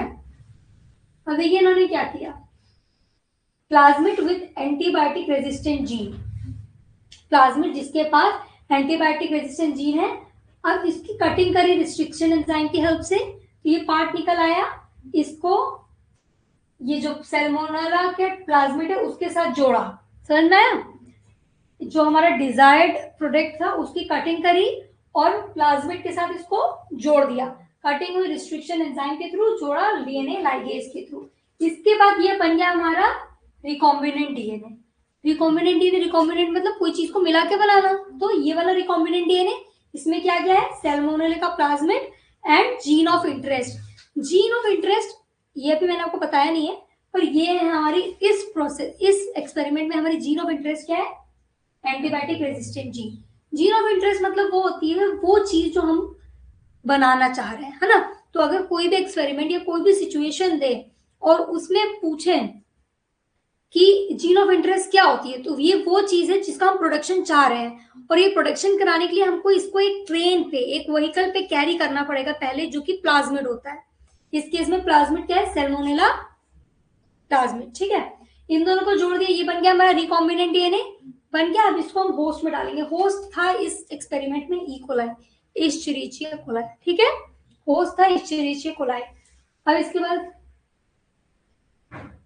स्टेप्स देखिएगा, बैक्टीरियल प्लाज्मिड, रिकॉम्बिनेंट डीएनए, इसको होस्ट में इंसर्ट कर दिया। ठीक है, identification of DNA with desirable gene, steps इन्होंने बताए। सबसे पहले एक ऐसा डीएनए ढूंढो जिसमें वो जीन हो जो तुमको चाहिए, है ना। Identification of DNA with desirable gene. ठीक है, यहाँ तक समझ में है। Second step, introduction of the identified DNA into the host. अब उसको होस्ट में कैसे डीएनए बनाकर, ठीक है, ultimately maintenance of introduction of DNA in the host and transfer DNA. ठीक है, अब इसके बाद जब इसको इंट्रोड्यूस करा दिया तो अब होस्ट के अंदर ये मेंटेन करना है कि ये डीएनए इंटीग्रेट हो जाए और मल्टीप्लाई करे और फिर फर्दर आगे की प्रोजेनी में कैरी फॉरवर्ड हो जाए। समझ में ये प्रोसेस? ठीक है, चलो इसको लिखो शॉर्ट में, लिखवा रही हूँ।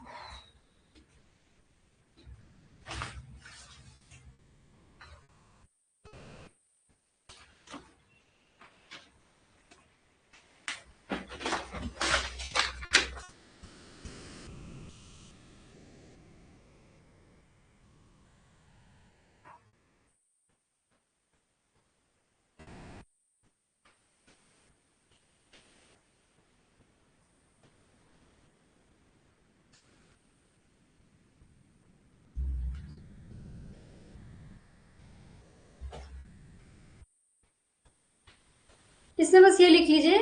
तो पूरा लिख रहे हो, अपने हिसाब से लिख लोगे?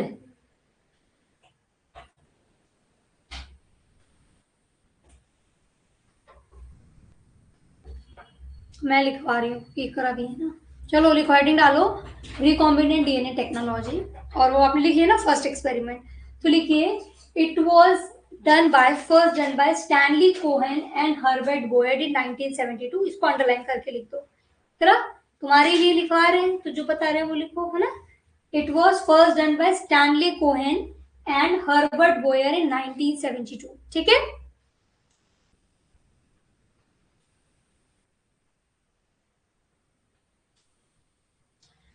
recombinant DNA involves gene cloning and gene transfer। ये वाली लाइन लिख ली थी, introduction of desired DNA sequence in an organism. हाँ, एक्चुअली यही फर्स्ट लाइन होगी कि डीएनए आरडीएनए का टेक्नोलॉजी की डेफिनेशन क्या है, जो डिजायरेबल जीन है उसको किसी ऑर्गेनिज्म में इंट्रोड्यूस कराने को ही कहते हैं रिकॉम्बिनेंट डीएनए टेक्नोलॉजी। तो ये लाइन लिख लो।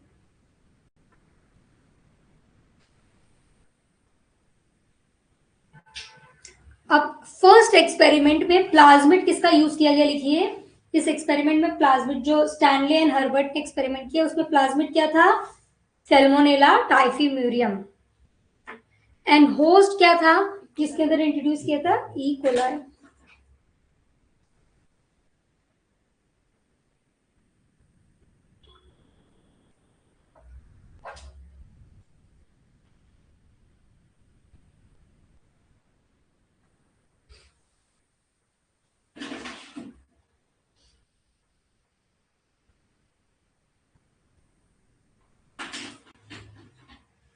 अब होस्ट क्यों लिया गया, ई कोलाई लिखिए, उसके नीचे लिख दीजिए वाई ई कोलाई इन्होंने क्यों चूज किया, लिखिए because closely related to salmonella, जो हमारा प्लाज्मीडियम है उसके ही जैसा होता है कौन, ई कोलाई। तो क्योंकि वो दोनों एक जैसे हैं तो कहीं ना कहीं वो उसको अडेप्ट कर लेगा, है ना। तो लिखिए क्लोजली रिलेटेड टू सैल्मोनेला। दूसरा पॉइंट लिखो, ई कोलाई क्यों चुना है, easy to grow, E coli easily grow कर सकता है इसीलिए वो चूज किया गया as a host. And third लिखिए रेप्लिकेट्स फास्ट, ये तेजी से रेप्लिकेट होता है।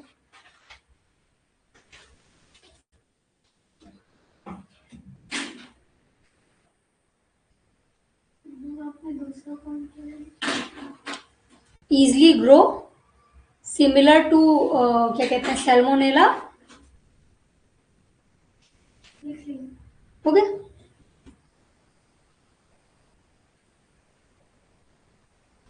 हो गया। अब इसमें लिखिए कि ये रिस्ट्रिक्शन एंजाइम्स, रिस्ट्रिक्शन एंजाइम्स क्या क्या यूज किए थे एक्सपेरिमेंट में, रिस्ट्रिक्शन एंजाइम्स ये लिखा है ना, रिस्ट्रिक्शन एंजाइम। इसके सामने ब्रैकेट करके लिखो मॉलिक्यूलर सीजर्स, इसको क्या कहते हैं हम, मॉलिक्यूलर सीजर्स, इसको कहते हैं मॉलिक्यूलर सीजर्स। ठीक है। ये क्या करता है, it cut DNA at specific sites, it cut DNA at specific sites, एक कोई पर्टिकुलर जगह पे जहां कटिंग की जरूरत है वहां पर रिस्ट्रिक्शन एंजाइम डीएनए को कट कर देता है। ठीक है। तो अगर मॉलिक्यूलर सीजर, मैं इसलिए बार बार रिपीट कर रही हूँ, अगर इस नाम से क्वेश्चन है तो आपको पता होना चाहिए क्या बात कर रहे हैं। ठीक है, बच्चों को नहीं पता होता। अब लिखिए प्लाज्मिड एज अ वेक्टर, लिख लिया ना, प्लाज्मिड एज अ वेक्टर, उसके सामने एक चीज और लिख दो, वेक्टर क्या होता है, जगह है वहां पर, लिखो transfer foreign DNA into host, transfers foreign DNA into host. कोई भी अननोन चीज जो एक होस्ट के अंदर हमको रेप्लिकेट करानी है उसको ले जा कौन रहा है, प्लाज्मिड, उसको ले जा कौन रहा है। जैसे कि मॉस्किटो होता है मलेरिया का वेक्टर, वैसे प्लाज्मिड होता है फॉरेन डीएनए का वेक्टर। ठीक है। अब लिखिए role of DNA ligase, role of DNA ligase,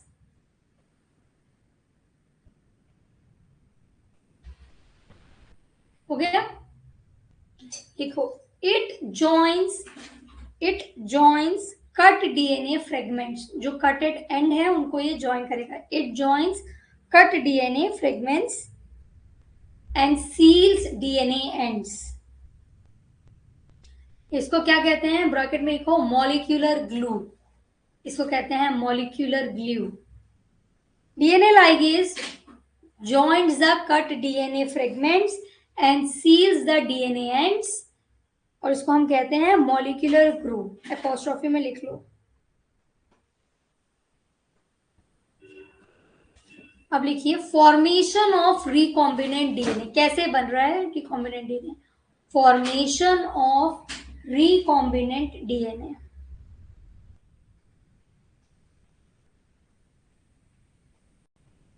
लिखिए इसमें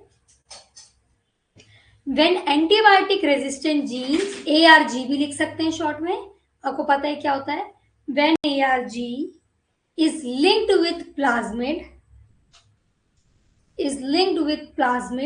using DNA ligase. Using DNA ligase, it forms plasmid, linked with plasmid.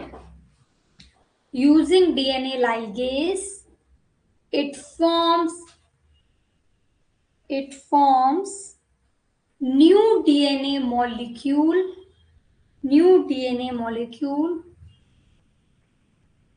formed, FORMED, formed in vitro.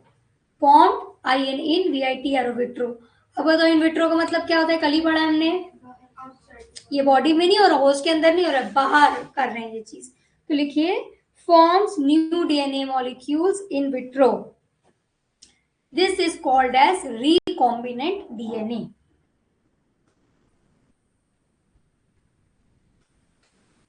अब लिखिए class second point, transferring recombinant DNA into E coli या इश्चेरिचिया coli. अब ये recombinant DNA जो बना है, transferring recombinant DNA into E coli.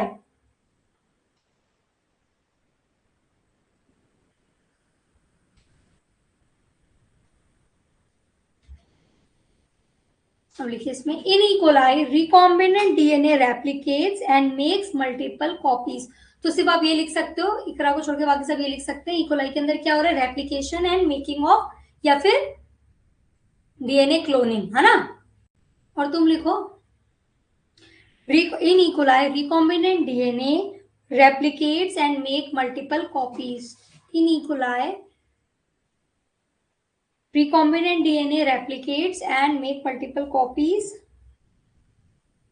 जिसको हम क्या कहते हैं? ब्रैकेट में इसको लिखिए, this is called cloning of antibiotic resistant gene. This is called cloning of antibiotic resistant gene.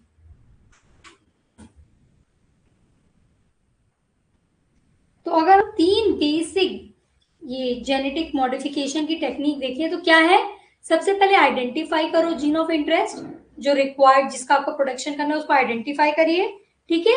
फिर उसको रिकॉम्बिनेंट डीएनए बनाकर होस्ट के अंदर इंट्रोड्यूस करिए, और जब आपने इंट्रोड्यूस कर दिया तो आप मेक श्योर करिए कि होस्ट के अंदर सारी कंडीशन फेवरेबल हो, ताकि वो रेप्लिकेट कर सके और आगे कैरी फॉरवर्ड हो सकते प्रोजेनी में। समझ में आया? रिकॉम्बिनेंट डीएनए टेक्नोलॉजी सबसे पहले किसने लाई थी और ये क्या हेल्प करती है? एक बार इस पूरे पॉइंट्स को रिवाइज करिए, फिर हम आगे बढ़ेंगे।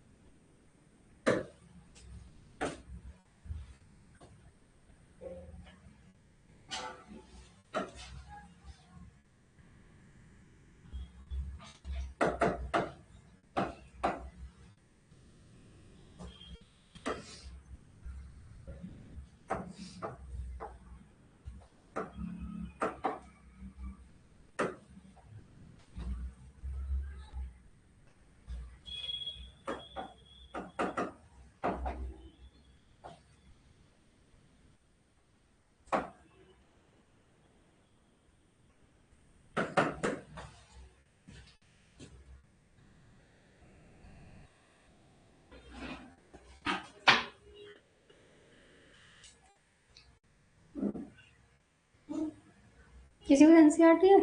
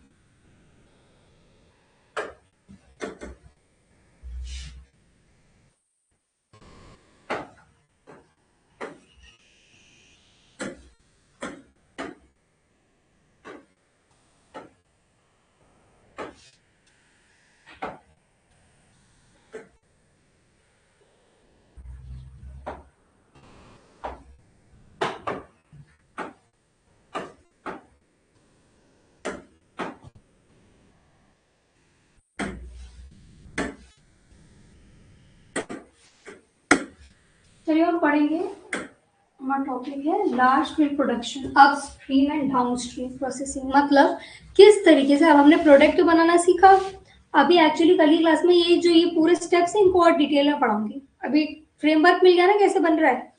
हमको पढ़ना है कि जो प्रोडक्ट्स बन रहे हैं इनका लार्ज स्केल प्रोडक्शन कैसे हो रहा है, मतलब किससे ये कम समय में ज्यादा प्रोड्यूस हो रहा है। ठीक है, तो लिखिए लार्ज स्केल प्रोडक्शन। इसमें दो प्रोसेस है, अपस्ट्रीम एंड डाउनस्ट्रीम प्रोसेसिंग।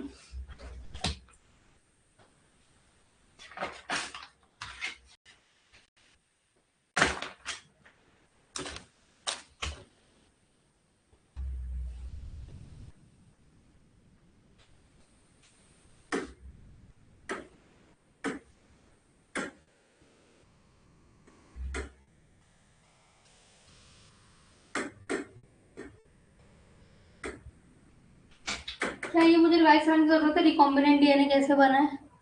पता है ना आप लोगों को। इसके बाद ये बता रहे हैं कि जैसे इंसुलिन, मैंने एग्जांपल दिया था, हमको इंसुलिन बनानी है, ठीक है, डायबिटिक पेशेंट है, इंसुलिन हमको चाहिए।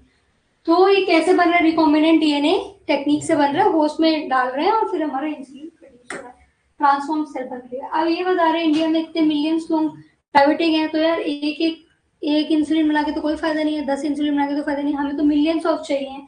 तो इसीलिए आया फिर लार्ज स्केल प्रोडक्शन। क्यों चाहिए लार्ज स्केल प्रोडक्शन? क्यों करने की जरूरत है? नॉट इनफ प्रोड्यूस, मतलब इवन अगर हम मल्टीपल लैब्स, अगर हम बहुत सारे लैब्स बनाए, लैब्स ले आए और लैब्स में ये प्रोडक्ट बनाए, तो भी हम डिमांड को मीट नहीं कर सकते, है ना, क्योंकि लैब का प्रोसेस टाइम टेकिंग होता है, टाइडियस प्रोसेस विद रिक्वायर मॉनिटरिंग। अगर हम लैब में ये प्रोडक्ट बनाना चाहें भी, तो एक तो ये टाइडियस मतलब बहुत हेक्टिक प्रोसीजर रहेगा, और फिर हमको ट्रेंड लोग चाहिए जो ये चीज कर सके, हर कोई तो नहीं कर सकता। इसके बाद नॉट कॉस्ट एफिशिएंट, अब एक इंसुलिन को बनाने में जितना पैसा लग जाएगा, उतना जिसको इंसुलिन चाहिए वो इतना पैसे देख के नहीं खरीदेगा उसको, तो कॉस्ट एफिशिएंट होना चाहिए, तभी तो इंसान खरीदेगा। इसके बाद बस ये तीन ही है, ये तुम इसकी फोटो ले लो। अगर क्वेश्चन आया वाई लार्ज स्केल प्रोडक्शन, तो ये तीनों पॉइंट डिटेल में लिख के आ जाना, कोई भी लेके डाल दो ग्रुप। तुम ले लो शनाया और ग्रुप पे डाल देना।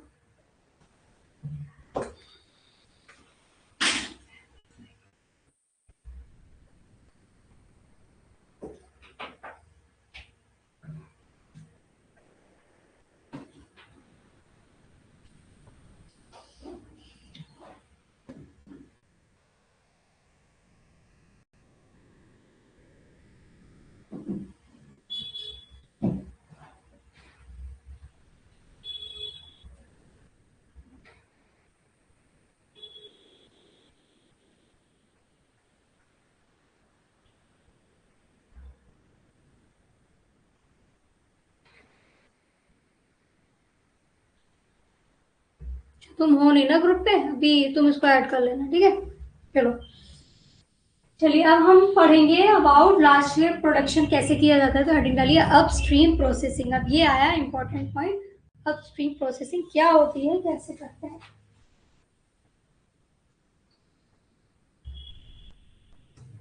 अपस्ट्रीम प्रोसेसिंग अगर हम रफली बात करें तो ये वो है कि प्रोडक्ट बनने से पहले की सारे काम को कहते हैं अपस्ट्रीम प्रोसेसिंग। तो लिखिए all steps done before all steps done before the final product is collected in biotechnology.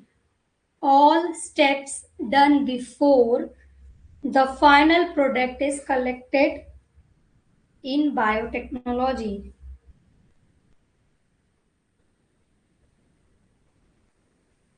समझ में आया? सारी चीजें जो प्रोडक्ट बनने के पहले की हैं, इसको तीन में डिवाइड करो, अपस्ट्रीम प्रोसेस को ऐसे करके तीन में डिवाइड करो, इसको ऐसे तीन चीजों में डिवाइड करो। फर्स्ट में लिखिए सीड स्टॉक, ये सीड स्टॉक फर्स्ट में लिखो, ठीक है। सेकेंड लिखिए स्केलिंग अप,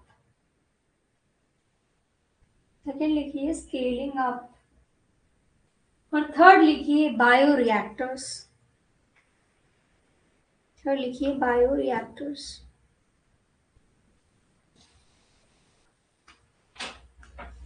समझ में आया? अपस्ट्रीम प्रोसेसिंग में क्या क्या होता है? सबसे पहले seed stock, scaling up and bio reactor. अब ये तीनों चीजें क्या है लिखिए, हेडिंग डालो सीड स्टॉक।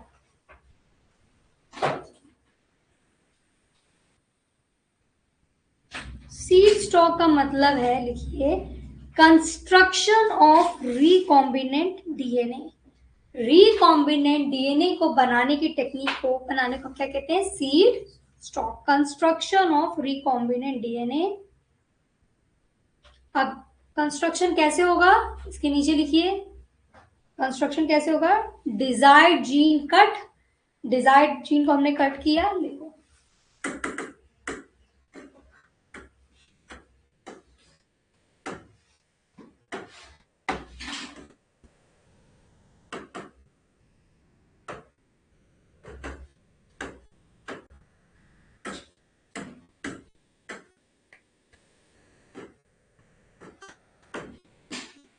कंस्ट्रक्शन कैसे हो रहा है लिखिए।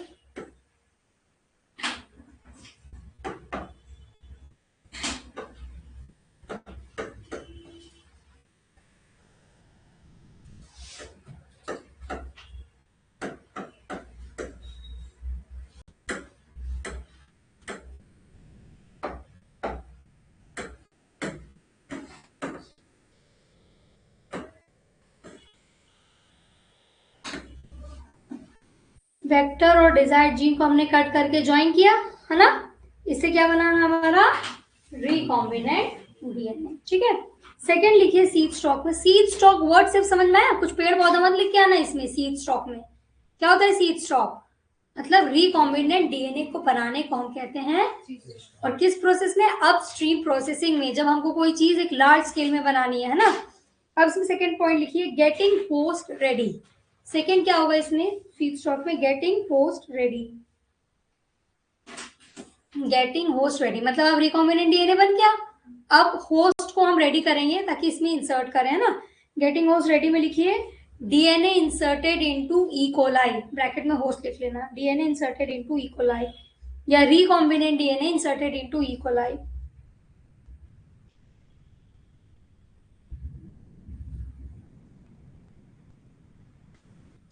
अब डाल दिया होस्ट में।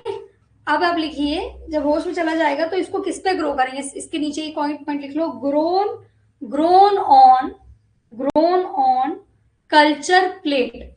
अब इसको कल्चर प्लेट में ग्रो किया जाएगा, ग्रोन ऑन कल्चर प्लेट। पहले रिकॉम्बिनेंट डीएनए बनाया, होस्ट में डाला, अब इसको कल्चर प्लेट पे ग्रो कर रहे हैं। मैं ये आपको क्या बता रही हूँ, कोई भी जैसे इंसुलिन या कोई चीज हमें बनानी है तो लैब में कैसे बनती है वो स्टेप्स हम पढ़ रहे हैं। ठीक है, थर्ड लिखिए preserved at very low temperature, बहुत ही कम टेम्परेचर पे इसको प्रिजर्व करके रखते हैं। Preserve at very low temperature, bracket में लिखो -80 डिग्री सेल्सियस।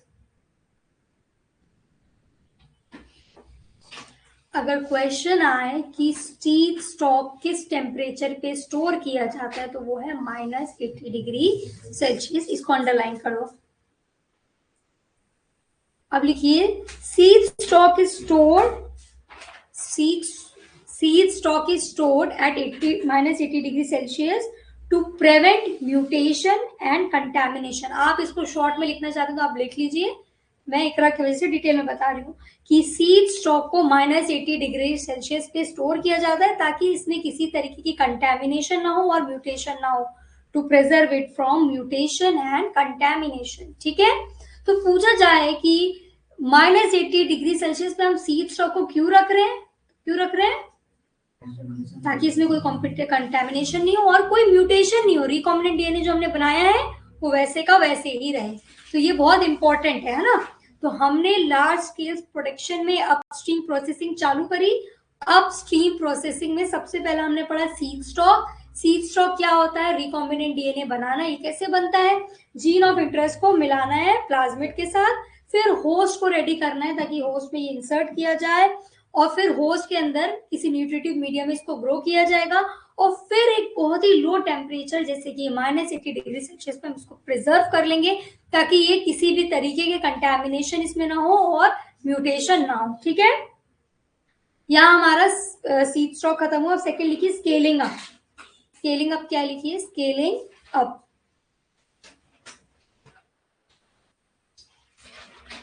अब इस चैप्टर का रिवीजन आपको आज से ही चालू करना है। ठीक है, तुम्हारा एग्जाम कब से है? अभी ना, मेन बोर्ड्स ये चैप्टर हुआ है कि नहीं हुआ है? कब है पेपर?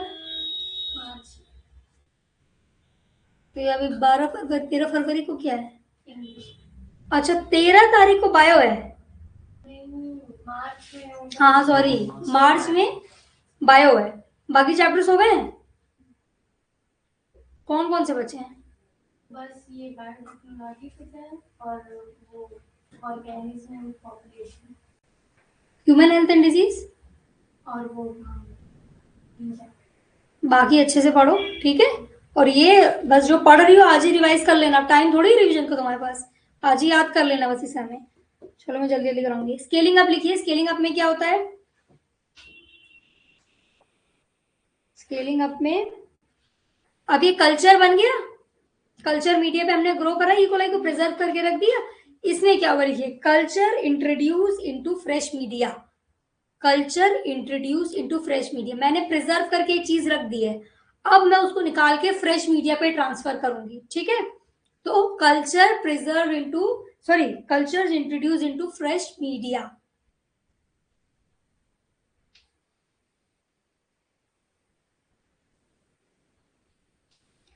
अभी हम क्यों करा रहे हैं? मेरे पास एक सेल है, मैंने इसको प्रिजर्व करके रख दिया है, अब मैं उसको क्यों कल्चर मीडिया पे लाऊंगी बताओ?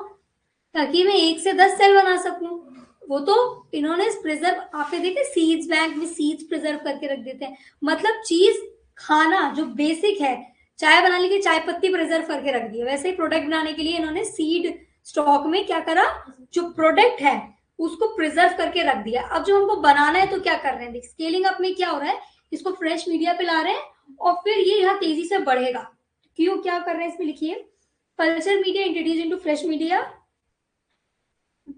so that number increases, so that the number increases, so that the number increases। इस टाइम पे क्या करते हैं, ये जो हमारा फ्लास्क है जिसके अंदर ये कल्चर मीडिया है, इसको एक शेकर इंक्यूबेटर में डाल देते हैं। क्या मतलब, एक हमारे पास प्रोडक्ट है, अभी नंबर बढ़ रहा है, अब इसको हमने डाल दिया उसके पूरे फ्लास्क को इंक्यूबेटर में, शेकर इंक्यूबेटर। ये क्या करेगा, शेक करेगा, और शेक करने से क्या होगा, हर सेल को ऑक्सीजन और न्यूट्रिएंट सब पूरी तरीके से पहुंचेगा। समझना, शेकर इंक्यूबेटर का काम क्या है, क्योंकि अब नंबर बढ़ रहा है तो ये क्या करेगा, हर सेल के पास अपनी रिक्वायरमेंट की चीज प्रॉपरली पहुंचे, इसीलिए हम इसको डाल रहे हैं किसमें, शेकर इंक्यूबेटर में। तो लिखिए, flask is placed in shaker incubator, flask is placed in shaker incubator for proper mixing, flask is placed in shaker incubator, shaker, shaker, incubator, incubator, for proper mixing, oxygen supply and uniform nutrient supply, for proper mixing, oxygen supply and proper nutrient supply। समझ में आया क्या कर रहे हैं? इसके अंदर क्या हुआ, इसके अंदर क्या होगा लिखिए, optimal conditions maintain, optimal conditions maintain, जैसे कि temperature, pH, oxygen. Optimal conditions maintain, जैसे कि ब्रैकेट में लिखो पीएच, टेम्परेचर, ऑक्सीजन एटसेट्रा। लिखिए, to provide enough culture, to provide enough culture for large volume fermentation, to provide enough culture for large volume fermentation. तो एक in short क्या हो रहा है, ज्यादा चीजें बने इसके लिए सारी चीजें दी जा रही है जो उसके लिए रिक्वायर्ड है ना, फॉर लार्ज वॉल्यूम फर्मेंटेशन। अब हमारा सीड स्टॉक हो गया, स्केलिंग अप हो गया, लास्ट क्या था, बायो रिएक्टर। हेडिंग डालिए बायो रिएक्टर, भाई जिससे लिखते बन रहे लिखो, और ना मेरी क्लास देखकर लिख लेना। चलो बायो रिएक्टर, हेडिंग डालिए बायो रिएक्टर। क्या नहीं लिखा इकरा,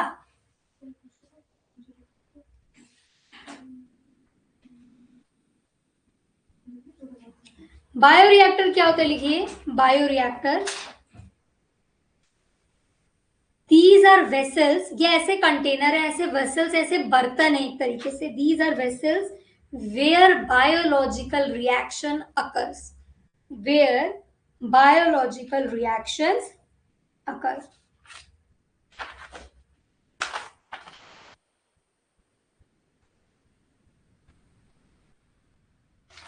तो भाई सीड स्टॉक में क्या हो रहा है, हम अपना रिकॉम्बिनेंट डीएनए बना रहे हैं। स्केलिंग अप में जो हमारा प्रिजर्व वो कल्चर है उसको फ्रेश मीडिया पे ट्रांसफर करें ताकि ये तेजी से ग्रो और सारी ऑप्टिमल कंडीशन दे रहे हैं। और बायोरिएक्टर एक्चुअली वो जगह है जहां पर सारे बायोलॉजिकल रिएक्शंस चालू होंगे। समझ में आया बेसिक डेफिनेशन सबकी?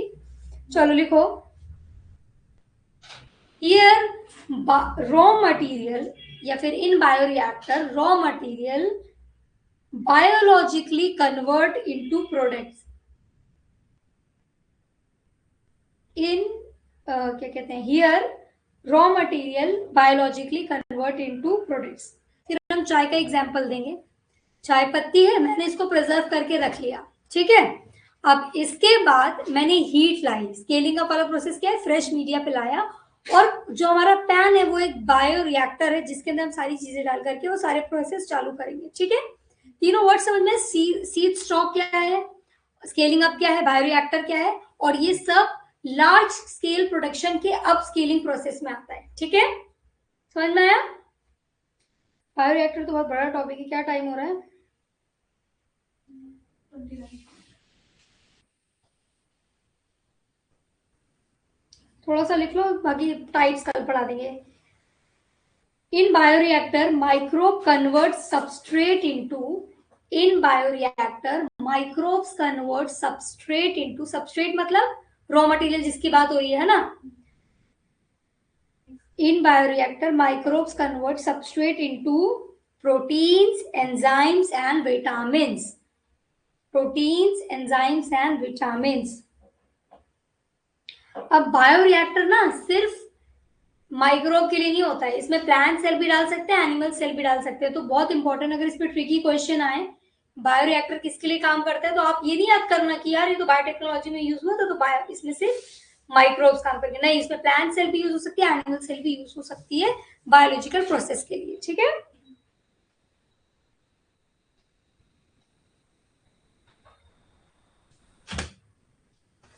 दो टाइप के हमारे बायोरिएक्टर है, सिंगल बैच एंड फेड बीटन, पर ये टाइप बहुत बड़ा है तो ये मैं कल कराऊंगी, ठीक है।